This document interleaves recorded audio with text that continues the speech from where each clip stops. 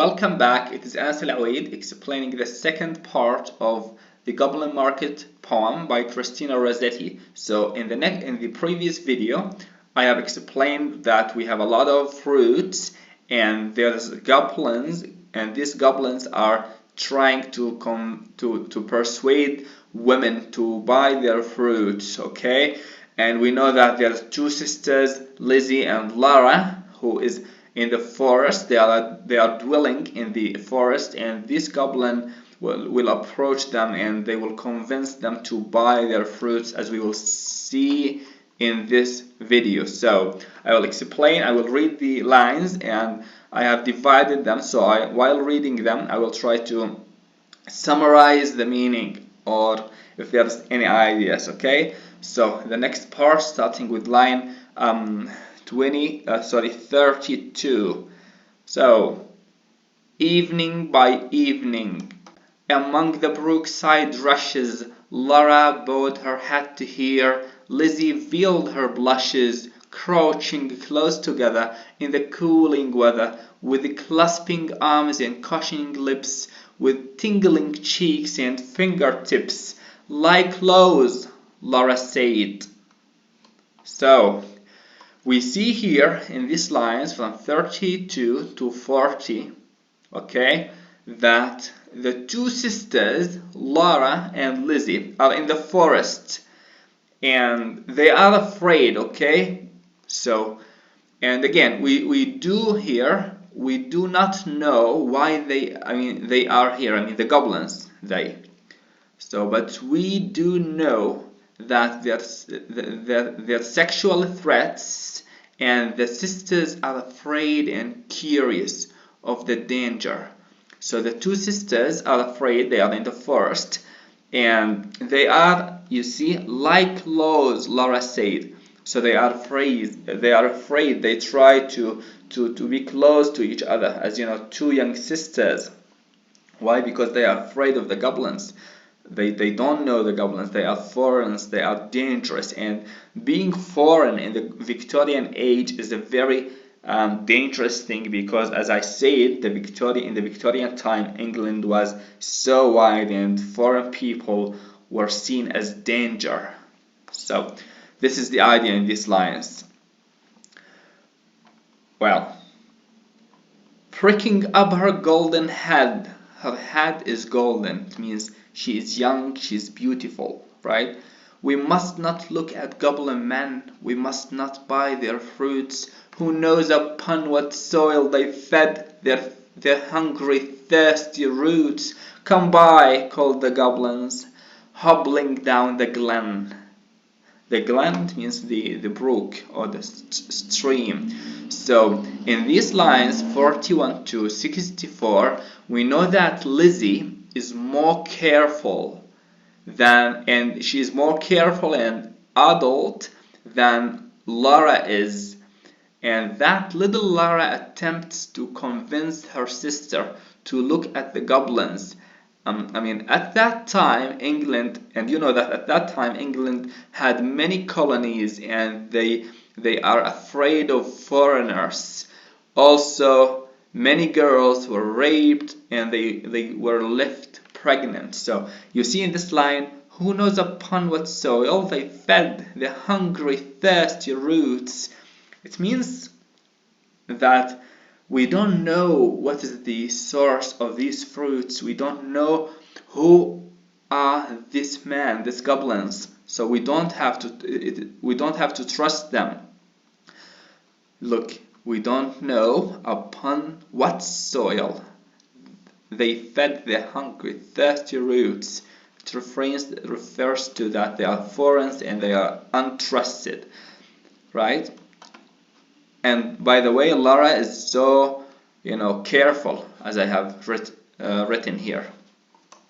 So in these lines from 48 then to I don't know what. Anyway, I will continue reading.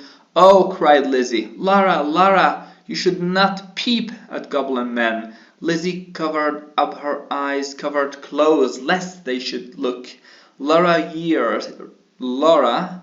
reads her glassy head and whispered like the restless brook, look Lizzie, down the glen trump little men, one holds a basket, one bears a plate, one lugs a golden dish of many pounds weight. How fair the vine must grow, those grapes are so luscious. How warm the wind must blow through those fruit blushes. No, said Lizzie, no, their offers should not charm us. Their evil gifts would harm us. She thrust a dimpled finger in each ear, shut eyes and ran. Curious Lara chose to linger, wondering at each merchantman. So Lizzie, here in these lines, we know that Lizzie is so afraid, and Lizzie careful. She knows how dangerous they are. Look, she is saying we should not peep at Goblin Man. Peep means to look, but to gaze at Goblin Man, right?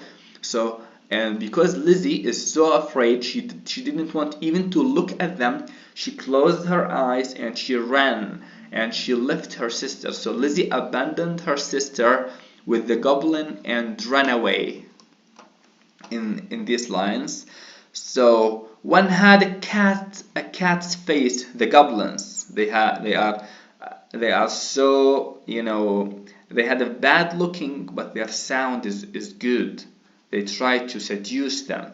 One whisked a tail, one trammed at a rat's pace, one crawled like a snail, one like a wombat prowled obtuse and fairy, one like a rattle tumbled hairy scary. She heard a voice like voice of doves cooing all together.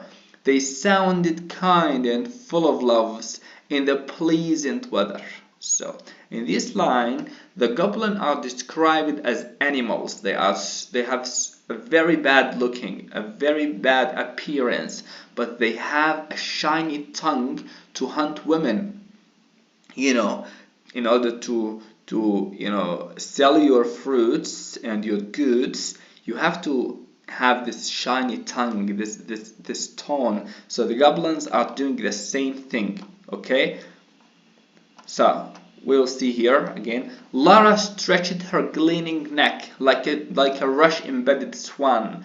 Lara is described as a swan which means baj'a in Arabic.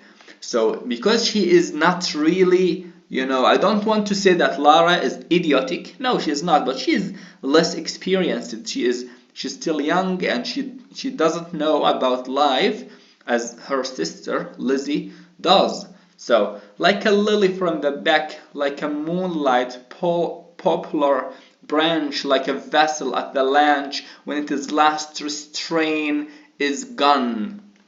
And now again, we know that Lara loses her self-restraint, and which means she will lose her purity. Okay, metaphorically, I mean, right?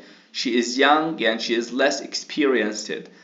So what happened here in these lines, we know that Lara and Lizzie are in the forest, and that the goblins approaching them to make them buy their fruits, and we know that Lizzie is so afraid, so she runs away and leaves her sister with the goblins. And so this less experienced little Lara, like a swan, she lost her restraint. She couldn't resist anymore, and she is looking at the fruits of the goblins. So that's what I wanted to talk about in this video. I will continue explaining the poem in other videos. So be blessed. See you in another video. Please like the video and subscribe in the channel.